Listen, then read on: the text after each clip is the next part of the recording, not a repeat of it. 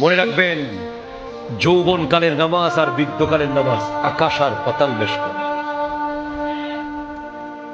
বৃদ্ধকালে তো আপনি নামাজ পড়তে বাধ্য, যাবেন কই?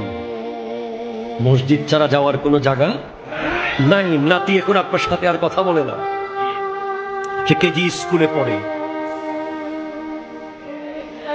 ঠিক কিনা জোরে বলেন না। আপনি যখন অফিসার ছিলেন তখন গানে বামে সবাই ছিল। আপনি যখন রিটায়ার হয়ে গেছেন এখন আপনার আশেপাশে আর কেউ আসে না। কেন?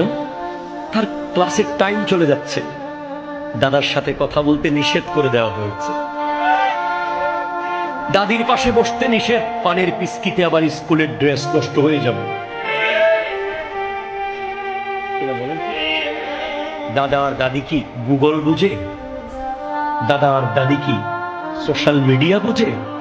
তখন দাদা দাদির আর কোনো জায়গা থাকে না, একটাই জায়গা খোলা থাকে, আল্লাহর ঘর, মসজিদ।